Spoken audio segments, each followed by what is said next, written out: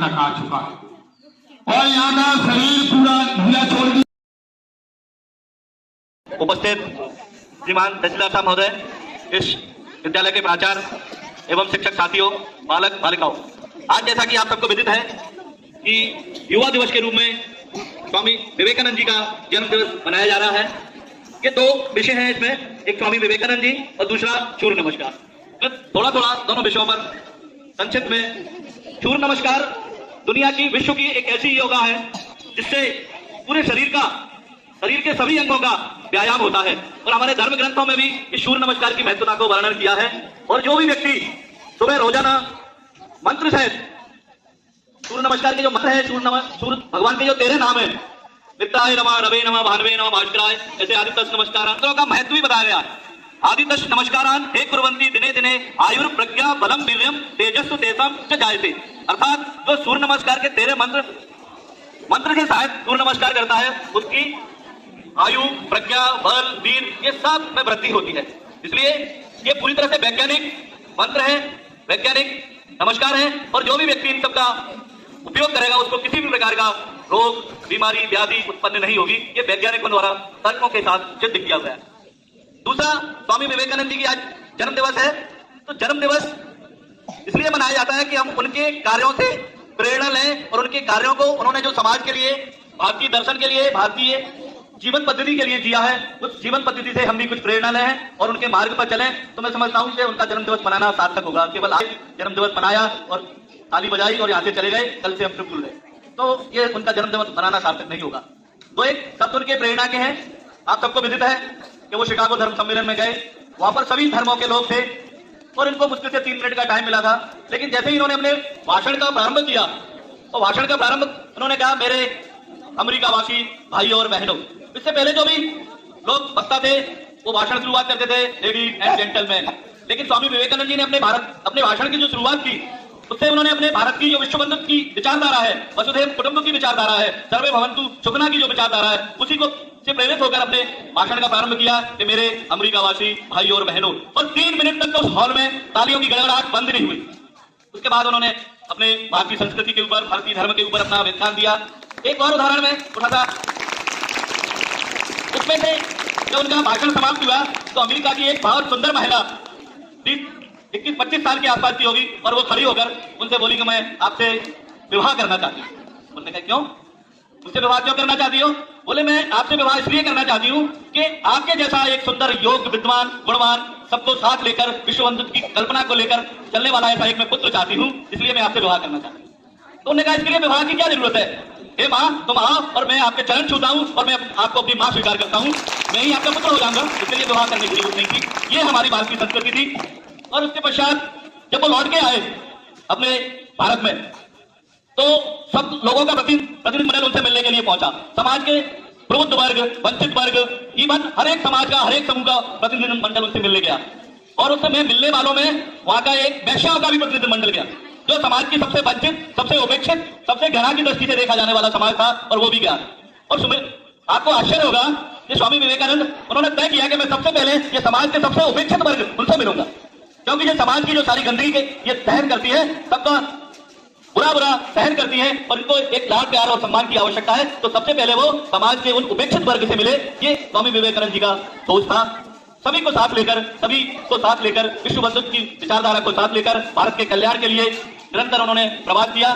समय की मर्यादा है, मैं ज्यादा समय न लेते हुए अपनी वाणी को यहीं पर विराम करता हूँ। धन्यवाद। भारत माता की। परम पूज्य स्वामी विवेकानंद के चरणों में अपने स्नेह को अर्पित करता हूं।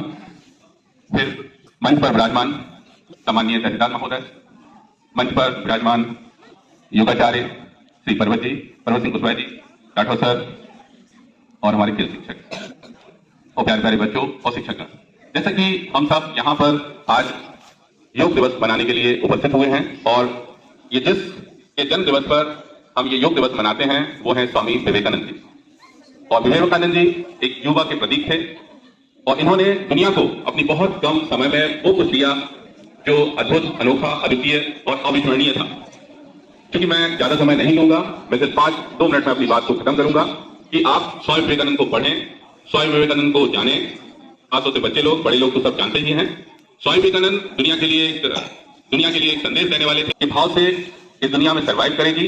उस भाव को उन्होंने 1892 के जो धर्म सम्मेलन था उसमें भी यही बात को उन्होंने रेखांकित किया था, और वो रेखांकित वर्तमान युग में देखने को मिल रहा है। यदि आप सब शिक्षित वर्ग हैं, बच्चे हैं, बड़े हैं, एक G20 सम्मेलन है जिसकी अध्यक्षता भारत को मिली है, ये सौभाग्य की बात है और उस पर हमें गर्व करना चाहिए कि माननीय प्रधानमंत्री मोदी जी ने वो उसकी थीम भी रखी है, वासुदेव कुटुंबकम G20 सम्मेलन।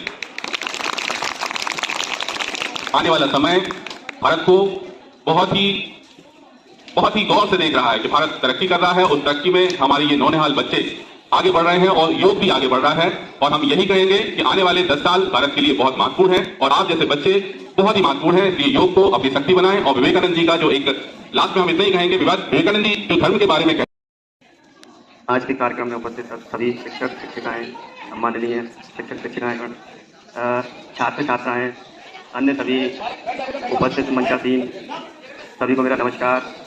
और आज राष्ट्रीय युवा दिवस के अवसर पर सभी को शुभकामनाएं। जैसा कि आप सभी जानते हैं, स्वामी विवेकानंद जी के जन्मदिन को युवा दिवस के रूप में मनाते हैं, क्योंकि परम पूज्य स्वामी विवेकानंद जी युवाओं के सबसे बड़ी प्रेरणा स्रोत थे। उनके जो सिद्धांत हैं उनको हम अपने जीवन में अपनाएं। इसी जागृति के लिए 1985 से राष्ट्रीय युवा दिवस हर वर्ष 12 जनवरी को मनाया जाता है। स्वामी विवेकानंद जी द्वारा कहा गया था कि हमें तब तक लक्ष्य प्राप्ति के लिए प्रयास करते रहना चाहिए जब तक कि लक्ष्य पूर्ण हो जाए।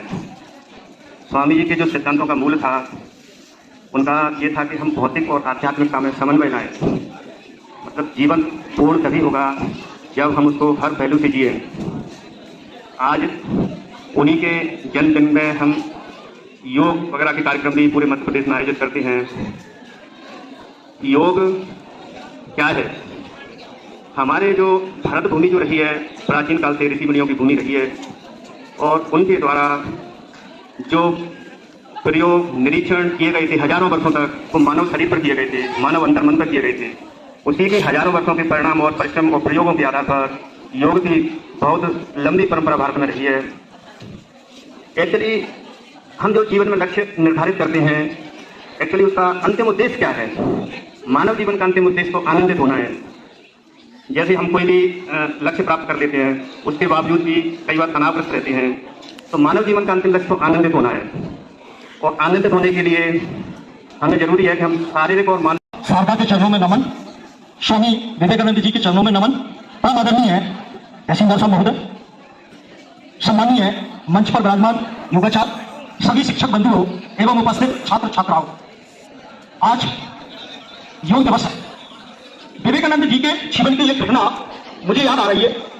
अनारस की शाम एक चिंतनशील मुद्रा में घूमता हुआ नरेंद्र दत्त नाम का एक बालक, नरेंद्र दत्त वही जो बाद में विवेकानंद के नाम से प्रसिद्ध हुए। विवेकानंद वही जिन्होंने विश्व धर्म सम्मेलन में इतिहास रचा। स्वामी विवेकानंद आज भी लाखों युवाओं के लिए प्रेरणा के स्रोत हैं। विवेकानंद जी संस्कृत पढ़ने के लिए बनारस गए थे।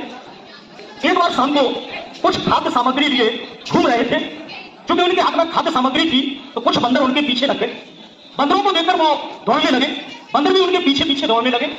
बंदरों को देखते हुए वो और तेज दौड़े, बंदर भी तेज दौड़ने लगे। हाफ गए, थक गए, पसीना आ गया। सामने से एक साधु आ रहे थे। उन्होंने कहा, बच्चा रुक, हटता क्यों है? विवेकानंद जी रुके। उनको रुका हुआ देखकर बंदर भी रुक गए। साधु ने कहा कि आप इनको डरकर मुकाबला करो। विवेकानंद जी बंदरों की तरफ छपटे तो बंदर एक एक करके भाग गए। इससे ये प्रेरणा लगती है, ये प्रेरणा मिलती है कि हमें मुश्किलों से डरकर नहीं भागना चाहिए। अगर हम मुश्किलों का सामना करेंगे तो निश्चित रूप से मुश्किल एक एक करके भाग जाएंगी। आप सब युवा हैं, अपने अपने क्षेत्र के। एक घटना और याद आ रही है मुझे उनके जीवन की। विवेकानंद जी एक बार विदेश गए हुए थे। कुछ दिन विदेश में रहने के बाद उन्हें अपने देश वापस लौटना था। तो एक दुकान पर पहुंचे और दुकानदार से अच्छे आम पैक करने के लिए कहा। दुकानदार ने सोचा ये व्यक्ति अपने देश का नहीं है, निश्चित रूप से इन्हें ठगना चाहिए। दुकानदार ने हल्के आम पैक कर दिए। ये दुकानदार का सारा कृत्य वहां खड़ा एक छोटा सा बालक देख रहा था।